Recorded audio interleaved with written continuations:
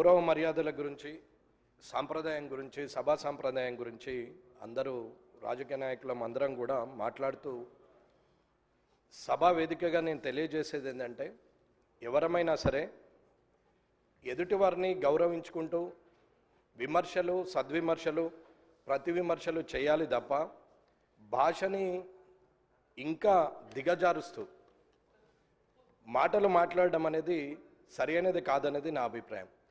కొత్తగా వచ్చిన నాలాంటి వారు 57 మంది ఈ అసెంబ్లీలో ఉన్నారు.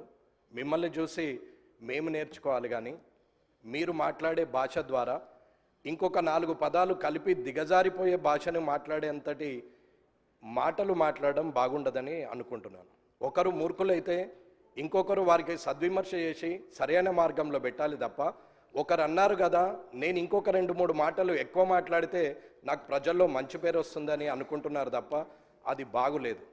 ఇలా మనం ఒకరి మీద ఒకరు మాట్లాడుకుంటూ వాటిని కనీసం రికార్డ్స్లోకి కూడా తీసుకునే పరిస్థితులు లేకుండా మీడియా ముందట మాట్లాడుతూ పోతుంటే ఆఖరికి మీడియా వాళ్ళు కూడా క్లాస్మేట్స్, చిన్ననాటి మిత్రులు ముఖ్యమంత్రి గారు అయినట్టు ముఖ్యమంత్రి రేవంత్ రెడ్డి లేకపోతే మాజీ ముఖ్యమంత్రి చంద్రశేఖర్ రావు అని చెప్పి సింగులర్ వర్డ్లు మాట్లాడి, ప్రధానమంత్రి మోడీ అని మాట్లాడి చిన్ననాటి మిత్రులతో సంబోధించినట్టు సంబోధించే పరిస్థితికి మీడియా కూడా వచ్చిందంటే దానికి కారణం రాజకీయ నాయకులమైన మనమనేది మీరు గ్రహించాలి.